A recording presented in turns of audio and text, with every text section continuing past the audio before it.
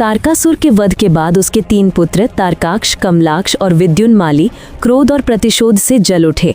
उन्होंने हजारों वर्षों तक कठोर तपस्या कर भगवान ब्रह्मा को प्रसन्न किया। ब्रह्मा जी ने जब वरदान मांगने को कहा तब उन्होंने मांगा, हमें ऐसे 3 नगरों का निर्माण करने की शक्ति दीजिए जो आकाश में विचरण कर सकें।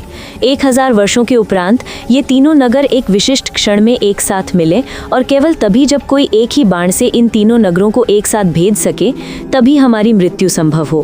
ब्रह्मा जी ने तथास्तु कहकर ये वरदान प्रदान कर दिया, जिससे देवताओं में चिंता छा गई। मय दानव ने तब तारकाक्ष के लिए सोने का नगर, कमलाक्ष के लिए चांदी का नगर और विद्युन्माली के लिए लोहे का नगर बनाया।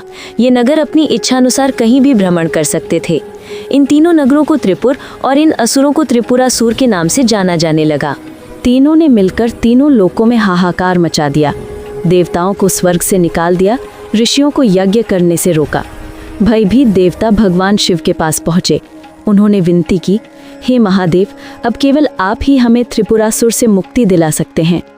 महादेव ने त्रिपुर संहार का संकल्प लिया। विश्वकर्मा ने भगवान शिव के लिए एक अद्भुत रथ बनाया। पृथ्वी रथ बनी, रथ के पहिए सूर्य और चंद्र बने, सारथी स्वयं ब्रह्मा जी बने। धनुष था पिनाक धनुष जो स्वयं शिव का तेज था, और बाण यानी तीर बने स्वयं भगवान विष्णु। जैसे ही सहस्त्र वर्ष बाद तीनों नगर एक सीध में आए, महादेव ने अपने पाशुपतास्त्र से एक ही बाण में तीनों पुरियों को भस्म कर दिया और संपूर्ण ब्रह्मांड में प्रकाश फैल गया।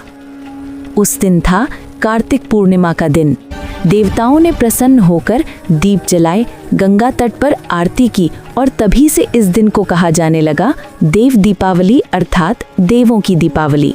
आज भी इस दिन काशी नगरी में दिव्यता का अद्भुत दृश्य देखने को मिलता है। गंगा के दोनों तटों पर लाखों दीप जलते हैं। ऐसा कहा जाता है कि इस रात स्वयं देवता गंगा में स्नान करने उतरते हैं। हर हर महादेव के जय घोष, मंत्रोच्चार और आरती की गूंज से संपूर्ण वातावरण शिवमय उठता है। दीपों की ये अनगिनत ज्योतियां मानो कह रही हूँ, जहाँ शिव है वहाँ अंधकार का कोई अस्तित्व नहीं। अगर आपको ये कथा पसंद आई हो तो सनातन अध्याय चैनल को लाइक, शेयर और सब्सक्राइब करें ताकि अगली बार भी सुन सके ऐसी ही एक और रहस्यमयी कथा हमारे सनातन धर्म से।